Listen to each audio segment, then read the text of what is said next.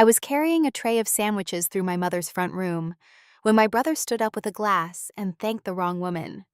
40 people in black, the good china out, and Paul cleared his throat and said, "I want to say something about care.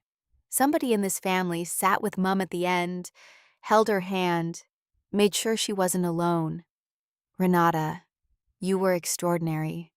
We couldn't have done it without you." And Renata pressed a tissue to her eye and accepted it.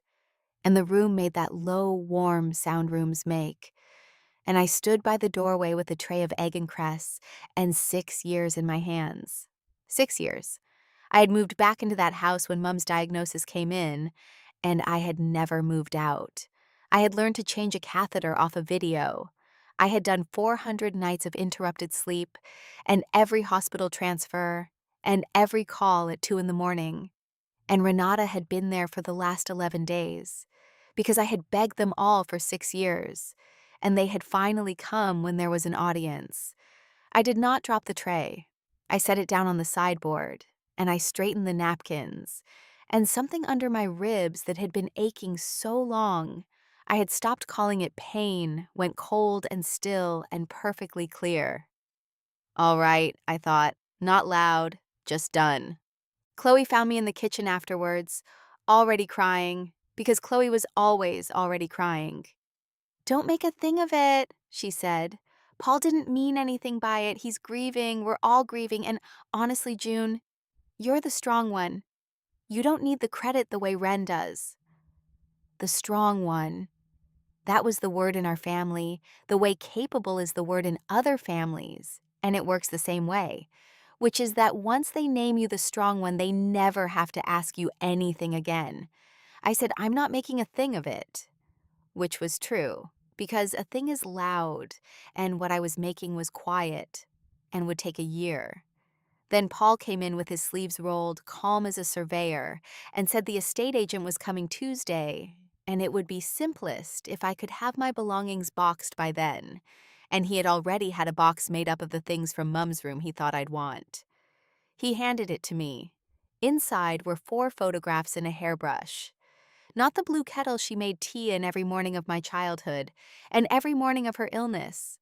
The one with the dented lid I filled 6 times a day for 6 years. Not her rings. I said, "Where's the kettle?" And Paul said mildly, "June, it's a kettle." And I looked at my brother, who had never once in 6 years driven the 90 minutes without being asked twice. And I said, "You're right, it's a kettle. Have it." And I carried that box out to my car, and I did not come back inside. And that was the last easy Sunday any of them had for a very long time. Here's what 6 years costs. Itemized, since nobody in that front room ever wanted it itemized. I turned down the deputy head job in the year they diagnosed her, and I never got asked again, because in teaching a gap looks like a decision. I lost Adam. Not dramatically, he just got tired of a woman who could never stay past 9. And he was kind about it, which was worse. I stopped seeing friends because you cannot keep taking calls where you say, "Sorry, not this week." And I did all of it happily. That is the part I need you to understand. Because it was my mother, and she was funny and frightened, and she deserved somebody in that house. And I would do the 6 years again tomorrow. What I would not do again is do them for people who were quietly deciding what I was owed while I did them. Because the box was not the worst of it. On the Tuesday, at the estate agent's, I found out the house had gone into joint names with Paul 2 years earlier. 2 years. In the middle of it. Mum had signed something in a bad month, in a fog, and Paul had driven up specially for that. 90 minutes, no complaint at all, and had never mentioned it once in 24 months of standing in that kitchen. It was not illegal. He had a solicitor's letter, and everything about it was perfectly reasonable, which is exactly how the quiet ones do it. Thank you for listening to Channel Crystal Novel. I did not shout at anyone. I want to be clear about that, because I know the version of this where I scream at a graveside, and I didn't have it in me, and I am glad. What I did instead was go home to a rented flat that smelled of nobody's illness, and sleep for 11 hours for the first time since the year she got sick, and then get a folder, 6 years of a carer's diary. Because when you are managing 11 medications, you keep a log or you kill somebody. Every appointment, every night, every time I called Paul, and every time he said he'd try. It ran to 240 pages, and it was not evidence of anything legal. It was just a record, and I made 3 copies. And then I waited, because the thing about people who have always had somebody carrying them is that they cannot feel the weight until it is on them. And the estate was not settled, and there was a whole family Christmas coming. The gut punch came before that, in October, from Chloe, and it was not a scheme, which is why it landed. She turned up at my flat and said, "You've gone cold.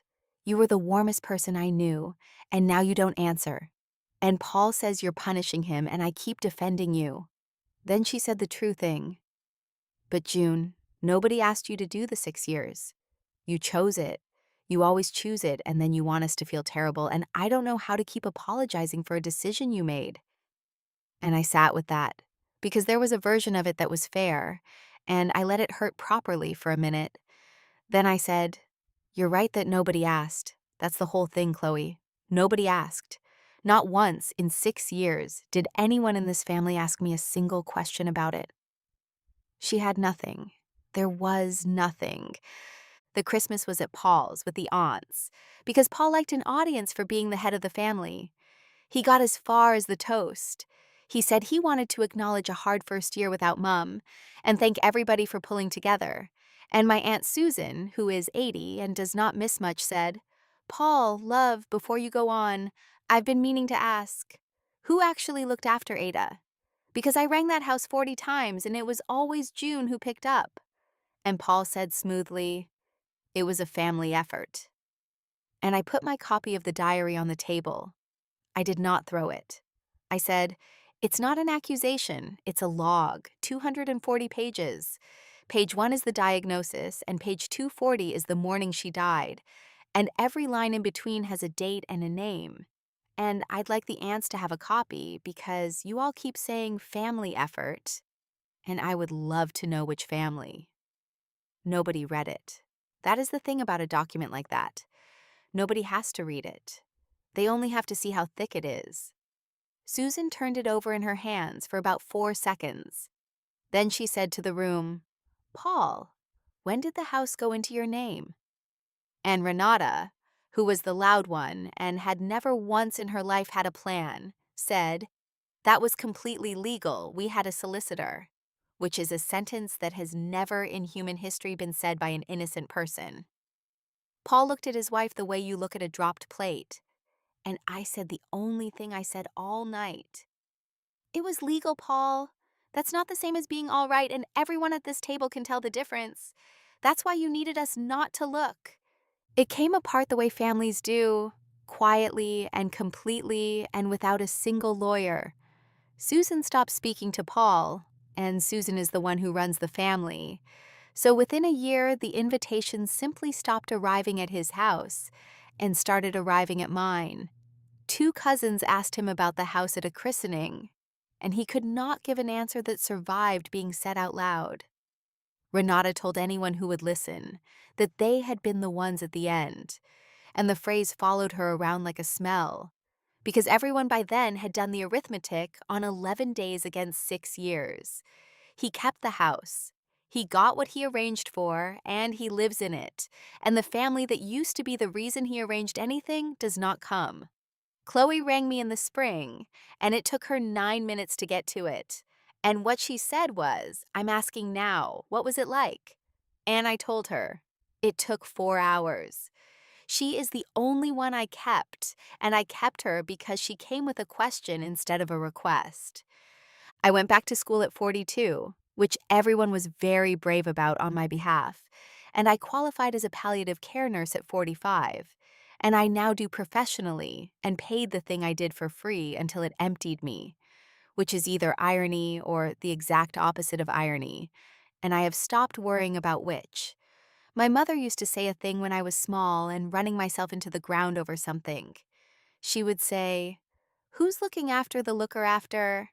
I have it written on a card by my door, and I read it going out. And on my first day on the ward, I put a kettle in the staff room, a cheap blue one with a dented lid that I bought to look like hers. And somebody asked why it was labeled because I had written on the base in marker, "This is not just a kettle." And now every new nurse on that ward gets told the story. And it has become the thing they say to each other at 4 in the morning when somebody is doing too much and pretending they are fine. Not just a kettle, June. Go home. And I do. So let me ask you, since you stood in that doorway with her, did she go far enough? Or was she still too merciful? Comment justice if the ending was perfect. Comment harder if you wanted an even colder revenge. Your comments decide how ruthless the next ending should be. Like and subscribe if you want to be here for the next.